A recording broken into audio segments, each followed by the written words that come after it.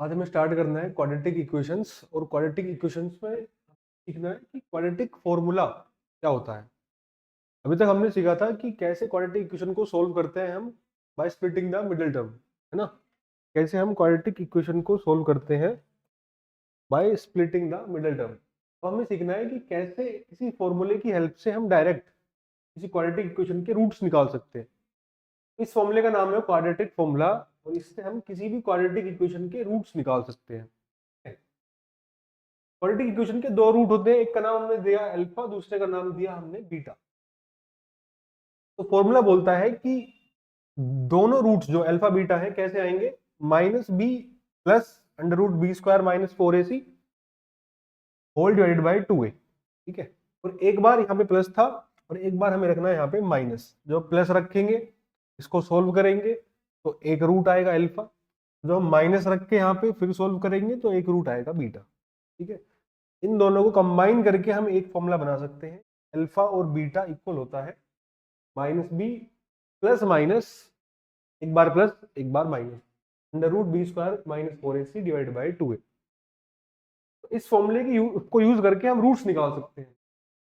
और ये एबीसी क्या है इस फॉर्मूले में, तो जो क्वाड्रेटिक इक्वेशन होती है उसमें स्क्वायर का कोएफिशिएंट a, एक्स का कोएफिशिएंट b और कांस्टेंट c। तो क्वाड्रेटिक इक्वेशन से हम एबीसी निकालेंगे, इस फॉर्मूले में पुट करेंगे, एक बार प्लस रख के एक बार माइनस रख के दोनों रूट्स हमारे आ जाएंगे अल्फा और बीटा। ये फॉर्मूला हमको याद भी रखना है, कि याद रखना है हमको, ये फॉर्मूला हमको याद रखना है।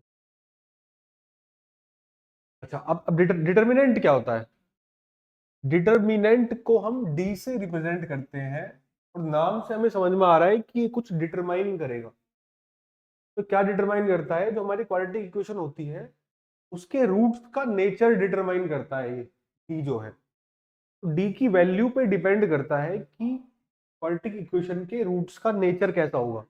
ठीक है, तो अब डी की वैल्यू है ना, डी की वैल्यू अगर ग्रेटर देन जीरो है तो कुछ नेचर होगा रूट्स का, डी की वैल्यू अगर इक्वल टू जीरो है तो इस तरीके से नेचर होता है क्वाड्रेटिक इक्वेशन के रूट्स का। तो क्वाड्रेटिक इक्वेशन के रूट्स का नेचर तीन तरीके का हो सकता है, एक रियल एंड डिस्टिंक्ट, एक रियल एंड इक्वल और एक imaginary roots.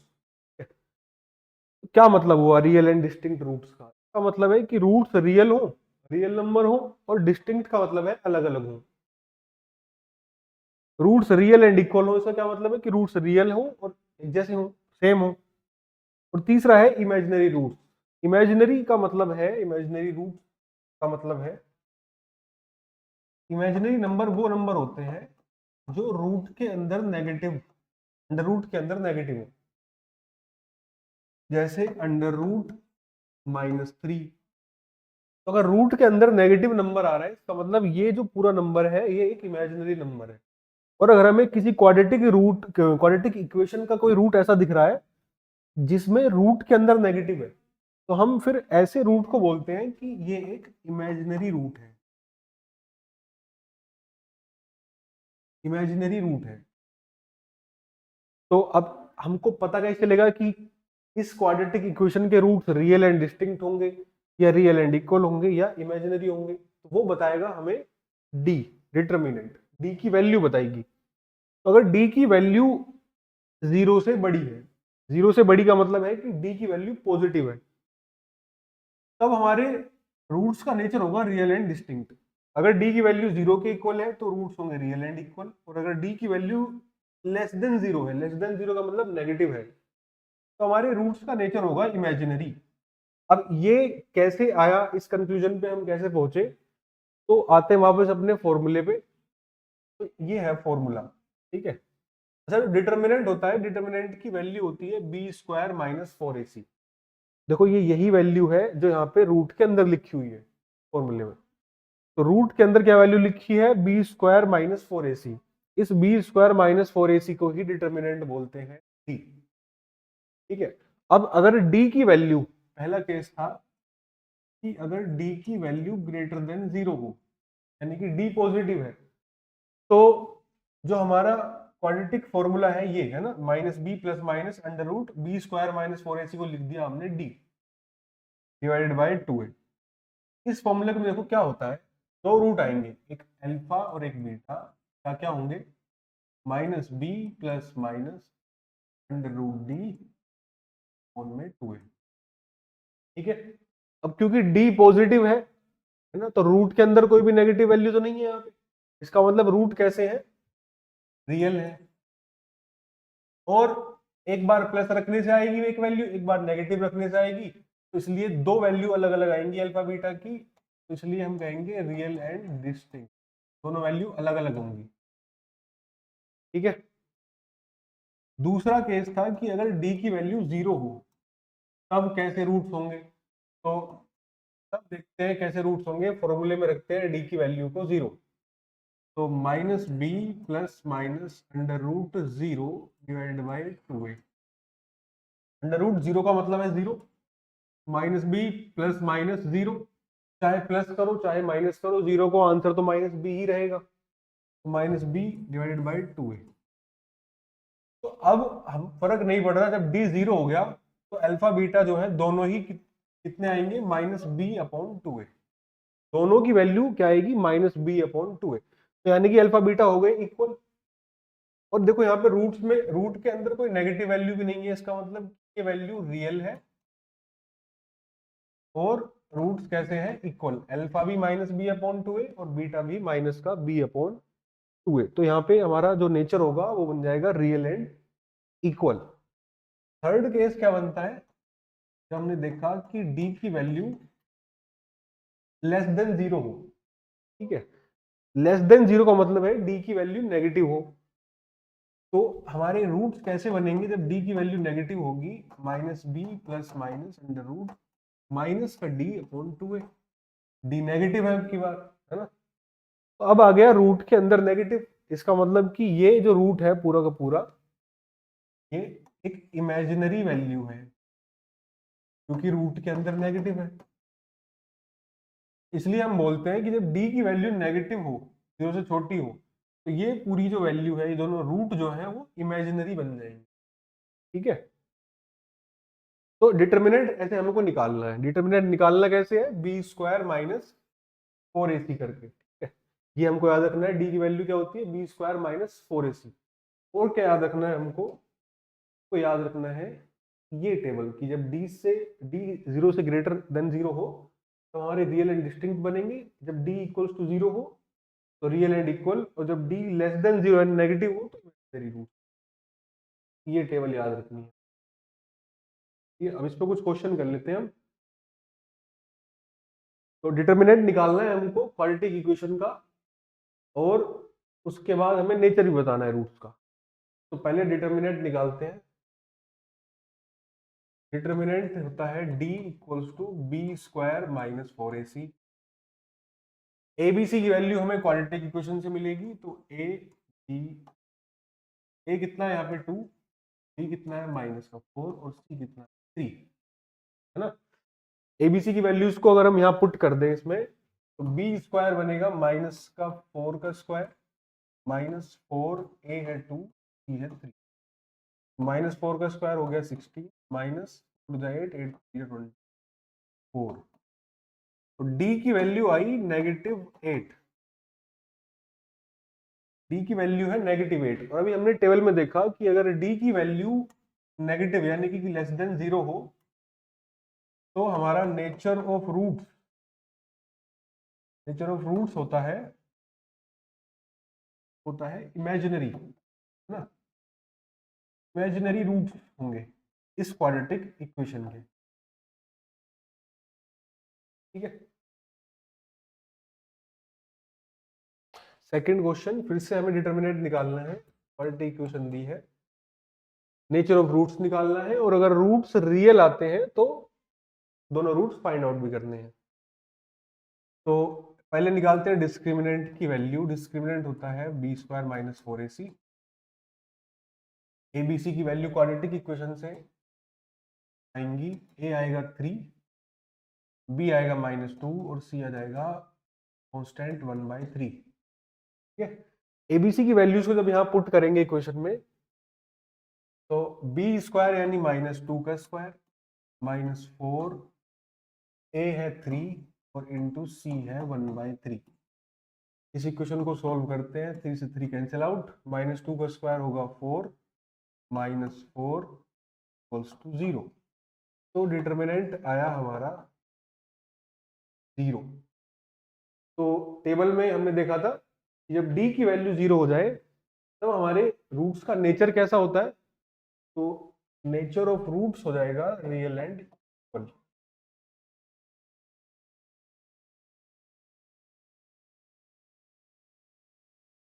Real and equal, ठीक है। अब कहा है कि अगर रूट्स का नेचर रियल आ रहा है तो फिर रूट्स बताओ, तो रियल तो आ रहा है तो हमें रूट्स भी बताने हैं। तो रूट्स क्या होंगे, तो पहला रूट होगा अल्फा और बीटा, दो रूट्स हैं, दोनों कैसे आएंगे, -b प्लस -c/2 है, ये फॉर्मूला था। तो यहाँ पुट करते हैं माइनस का b, b कितना है -2।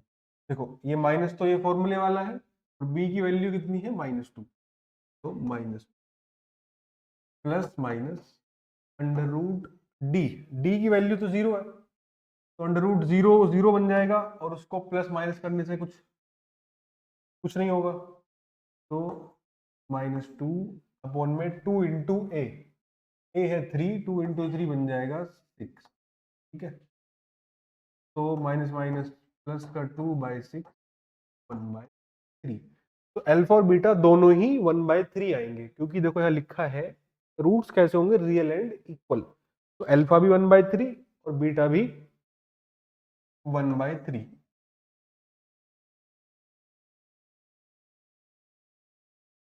ठीक है, नेक्स्ट क्वेश्चन, डिस्क्रिमिनेंट निकालना है हमें इस क्वाड्रेटिक इक्वेशन का और फिर इसके नेचर बताने हैं, रूट्स का नेचर बताना है।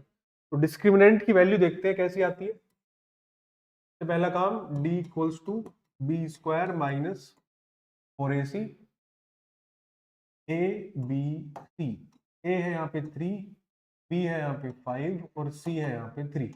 इन वैल्यूज को जब पुट करेंगे यहाँ पे, तो b स्क्वायर यानी कि 5 का स्क्वायर -4 इंटू ए है 3 और c b है 3, तो 25 -36 इक्वल्स टू -11। b की वैल्यू है -11, ठीक है। अब d की वैल्यू क्योंकि नेगेटिव है तो नेचर ऑफ रूट्स कैसा आएगा, इमेजिनरी। नेचर ऑफ रूट्स आएगा इमेजिनरी, ठीक है। अच्छा, वर्ड प्रॉब्लम, ठीक है। क्या क्या बोल रहा है वर्ड प्रॉब्लम, कि एक पोल है जो हमको लगाना है एक पॉइंट पे, और वो पॉइंट कहाँ पे है, बाउंड्री पे है एक सर्कुलर पार्क की, ठीक है। तो एक सर्कुलर पार्क है, एक सर्कुलर पार्क है हमारे पास, इसकी बाउंड्री पे एक पॉइंट है, मान लिया ये पॉइंट है P, इस पॉइंट पे एक पोल लगाना है, ठीक है। क्या बोला है कि पार्क का डायमीटर 13 मीटर है, तो इसका डायमीटर बना लेते हैं, डायमीटर 13 मीटर है और diametrically opposite fixed gates A and b. तो डायमीटर के अपोजिट के पॉइंट्स पे दो गेट्स हैं ए और बी, है ना। ए और बी कैसे पॉइंट्स हैं, डायमेट्रिकली अपोजिट, एक दूसरे के अपोजिट में है, डायमीटर के दोनों एंड पे है। तो एक सर्कुलर पार्क है, उसका डायमीटर 13 मीटर है, डायमीटर के दोनों एंड्स पे गेट्स हैं, एक एंड पे ए, दूसरे एंड पे गेट बी। अब इस डायमीटर के सर्कुलर जो बाउंड्री है, इस पे एक पॉइंट है P, इस पॉइंट P पे एक पोल हमको खड़ा करना है, और क्या होना चाहिए, इस तरीके से खड़ा करना है, in such a way that the differences of its distances from the two diametrically opposite fixed gates A and B. जो ये पोल P है, इसकी डिस्टेंस A से और इसकी डिस्टेंस B से, है ना, दो डिस्टेंस होंगी, एक तो A से और एक B से। जो डिस्टेंसेस होंगी उनका जो डिफरेंस होगा वो कितना होना चाहिए, वो 7 होना चाहिए। इस तरीके से लगाना है कि जो डिफरेंस हो, किसका डिफरेंस है, डिस्टेंसेस का। कौन से डिस्टेंसेस, पोल से गेट ए तक की एक डिस्टेंस और पोल से पॉइंट बी तक की एक डिस्टेंस, है ना। इसको अगर ज्वाइन कर ले तो पी ए ये वाला डिस्टेंस और पी बी, तो इनका जो डिफरेंस होगा वो कितना हो, वो 7 हो, इज 7 मीटर्स। ठीक है, तो एक पोल ऐसा लगाना है कि जिसकी डिस्टेंस जो है बी से और जिसकी डिस्टेंस ए से जो हो उनका डिफरेंस 7 हो, डिफरेंस 7 हो ये। फिर बोला है क्या ऐसा कर सकते हैं हम, क्या ऐसा पोल लगा सकते हैं हम, तो वो हमको चेक करना है। और अगर लगा सकते हैं तो फिर उसकी डिस्टेंस, इस पोल की डिस्टेंस ए से कितनी होगी और बी से कितनी होगी ये बताना है। ठीक है, तो करते हैं इसको, क्वेश्चन को। मान लेते हैं कि ये जो एपी डिस्टेंस है ये एक्स मीटर है। ठीक है, तो लेट एपी बी एक्स, ये एक्स है। और अगर एपी एक्स है तो यहाँ पे मैं इस इक्वेशन में एपी को एक्स पुट कर दूं, तो पीबी की वैल्यू आ जाएगी यहाँ से गया प्लस में 7 + x। तो पीबी है 7 + x। अब एक थ्योरम हमको याद करनी है क्लास 9th की, कि अगर आप डायमीटर के एंड पॉइंट्स को सर्कल के सरकमफ्रेंस पे आने वाले किसी भी पॉइंट से ज्वाइन करोगे, ये रहा वो पॉइंट, एंड पॉइंट्स को सरकमफ्रेंस पे आने वाले किसी पॉइंट से ज्वाइन करोगे, तो जो एंगल बनता है सरकमफ्रेंस पे वो 90 डिग्री का होता है ना। ये थ्योरम थी क्लास 9th में, हमने ऐसा पढ़ा था। ठीक है, तो यानी कि एपीबी जो है, ट्रायंगल एपीबी जो है वो एक राइट एंगल ट्रायंगल है। और अगर ये राइट एंगल ट्रायंगल है तो इसमें हम पाइथागोरस थ्योरम लगा सकते हैं। तो पाइथागोरस थ्योरम लगाते हैं, इसमें एक अननोन है एक्स और हाइपोटेन्यूस हमको पता है 13 है। ठीक है, तो इसमें लगाते हैं पाइथागोरस थ्योरम। तो हाइपोटेनियस का स्क्वायर इक्वल होगा x² + 7 + x का होल स्क्वायर। तो अप्लाइंग पाइथागोरस थ्योरम, तो हम कहेंगे कि 13 का स्क्वायर इक्वल होगा x² + 7 + का होल स्क्वायर। 13 का स्क्वायर 169, इसको सोल्व करते हैं इक्वेशन को। ये a + b का होल स्क्वायर है, तो a² + b² + 2ab। तो ले जाते हैं उधर माइनस में, तो यहाँ बचेगा 0, हो गया 2x² + 14x माइनस का 120। इस इक्वेशन में से 2 कॉमन आ रहा है, 2 हम लेते हैं कॉमन।